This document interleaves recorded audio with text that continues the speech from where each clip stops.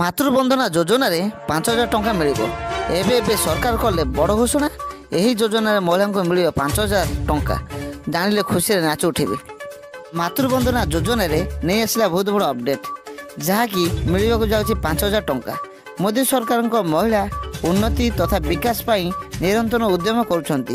ଏହି କ୍ରମାଗତରେ ମୋଦି ହିତାଧିକାରୀଙ୍କୁ 3,000 ଭାବରେ ବରଂ ମାତୃବନ୍ଦନା ଯୋଜନାରେ ଏବେ 2ଟି କିସ୍ତି 5,000 ଟଙ୍କା ନିଷ୍ପତ୍ତି ନେଇଛନ୍ତି। ଆଗରୁ ଏହି ଯୋଜନାରେ 3,000 ଟଙ୍କା ମିଳୁଥିବା ବେଳେ ବର୍ତ୍ତମାନ ସମୟରେ ଏହାକୁ ପରିବର୍ତ୍ତନ କରାଇ 5,000 ଟଙ୍କା ମିଳିବ ବୋଲି ଘୋଷଣା କରାଯାଇଛି। ଯଦି ଆପଣ ଦ୍ୱିତୀୟ ଥର ଝିଅ ଜନ୍ମ ହେଉଛି ତେବେ ଅତିରିକ୍ତ ଆଉ 1,000 ଟଙ୍କା ମିଳିବ ବୋଲି ଅପଡେଟ୍ ଦେଖିବାକୁ ମିଳିଛି। ଗର୍ଭବତୀ ମହିଳାମାନେ ସେମାନଙ୍କ ସ୍ୱାସ୍ଥ୍ୟ, ପ୍ରସବ ଏବଂ ଖାଦ୍ୟ ପାଇଁ ଏହି ଅର୍ଥ ଖର୍ଚ୍ଚ କରିପାରିବେ। ଏହା ସହିତ ଆଶା ହିତାଧିକାରୀଙ୍କୁ ଘରକୁ ଯାଇ ଗର୍ଭବତୀ ମହିଳାଙ୍କ ବିବରଣୀ ସ୍ମାର୍ଟଫୋନ୍ରେ ଅନଲାଇନ୍ ଦ୍ୱାରା ଆବେଦନ କରିପାରିବେ।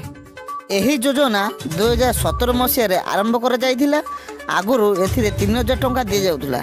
ବର୍ତ୍ତମାନ ଏକ ବଡ଼ ପରିବର୍ତ୍ତନ କରାଯାଇଛି, ଯାହାଦ୍ୱାରା ଗର୍ଭବତୀ ମହିଳାମାନେ ସମୟ ସମୟ ଯାଇ ନିଜକୁ ଚେକିଂ କରିବା ସଙ୍ଗେ ସଙ୍ଗେ ଓ ପୁଷ୍ଟିକର ଖାଦ୍ୟ ମଧ୍ୟ ଗ୍ରହଣ କରିପାରିବେ।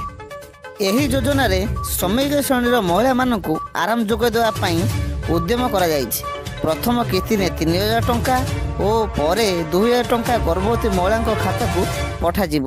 ଏହି ଟଙ୍କା ମହିଳାମାନଙ୍କୁ ପ୍ରସବ ପରେ 9 ମାସ ପାଇଁ ଅର୍ଥାତ୍ 270 ଦିନ ପାଇଁ ଯୋଗାଇ ଦିଆଯିବ। ଏହି ଯୋଜନା ଅଧୀନରେ ପୂର୍ବରୁ ହିତାଧିକାରୀମାନେ ଜନସେବା କେନ୍ଦ୍ରକୁ ଯାଇ ଆବେଦନ କରିବା ପାଇଁ ପଡ଼ୁଥିଲା, କିନ୍ତୁ ଗ୍ରାମରେ ସହରାଞ୍ଚଳ ଗୁଡ଼ିକରେ ସ୍ୱାସ୍ଥ୍ୟ କେନ୍ଦ୍ର ପୋଷ୍ଟ କରାଯାଇଥିବାରୁ ଏନ୍ଏମ୍ ଗୁଡ଼ିକରେ ସୂଚନା ଦେବା ମାତ୍ରେ ସେମାନେ ସେମାନଙ୍କ ହିତାଧିକାରୀମାନଙ୍କ ଘରେ ପହଞ୍ଚି ସ୍ମାର୍ଟଫୋନ୍ରେ ଜରିଆରେ ଅନଲାଇନ୍ ଆବେଦନ କରିପାରିବେ।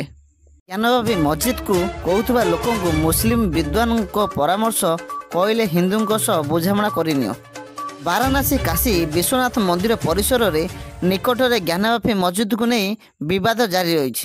ଏହା ଭିତରେ AIS ସର୍ଭେ ରିପୋର୍ଟରେ ବଡ଼ ଦାବି କରାଯାଇଛି ଯେ ମନ୍ଦିର ଉପରେ ମସଜିଦ ନିର୍ମାଣ କରାଯାଇଛି। ଅନ୍ୟପଟରେ ମସଜିଦ ପୋଷ୍ଟ ରୁମ୍ରେ କନ୍ନଡ଼, ତେଲୁଗୁ ଏବଂ ବେଦାନାଗରୀ ଲିପିରେ ଅନେକ ଶିଳାଲିଖିତ ମିଳିଛି, ଯାହା ମନ୍ଦିର ଥିବା ସ୍ପଷ୍ଟ କରିଛି। ଏହି ମାମଲାରେ ବିଶ୍ୱ ହିନ୍ଦୁ ପରିଷଦ ପୂର୍ବରୁ କହିସାରିଛି ଯେ ମୁସଲିମ ସମ୍ପ୍ରଦାୟକୁ ଜ୍ଞାନବାପୀ ହିନ୍ଦୁଙ୍କୁ ଦେଇଦେବା ଦରକାର। ଏବେ ମୁସଲିମ ବୁଦ୍ଧିଜୀବୀ ମଧ୍ୟ ଏହା କହିଛନ୍ତି। ଏହା ଉପରେ ଜମିୟ ହିମାଲୁଦ୍ଦାନ ଉସ୍କାନ ସାହାରାନପୁର ଉତ୍ତରପ୍ରଦେଶ ଅଧ୍ୟକ୍ଷ ଏବଂ ମୁସଲିମ ବିଦ୍ୱାନକାରୀ ଅବତାର ଜମାତ ମୁସଲିମଙ୍କୁ ପରାମର୍ଶ ଦେଇଛନ୍ତି। ସେ କହିଛନ୍ତି ଯେ ମୁସଲିମ ହିନ୍ଦୁଙ୍କ ସହ ଆଲୋଚନା କରି ବୁଝାମଣା କରିନେବା ଦରକାର।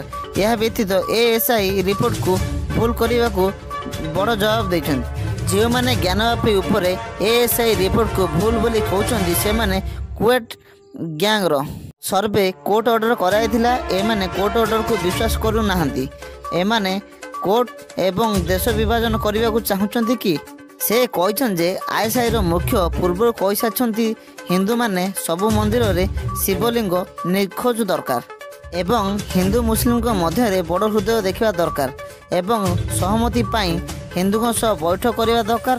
ସେ କହିଛନ୍ତି ଆଫଗାନିସ୍ତାନ ପ୍ରଥମ ବିଘଟନ ଘଟିବା କାରଣ ଟୁକେଟ୍ ଗ୍ୟାଙ୍ଗ ଥିଲା। ପରେ ପାକିସ୍ତାନ ଏବଂ ବାଂଲାଦେଶ ମଧ୍ୟରେ ଅଲଗା ହୋଇଥିଲା।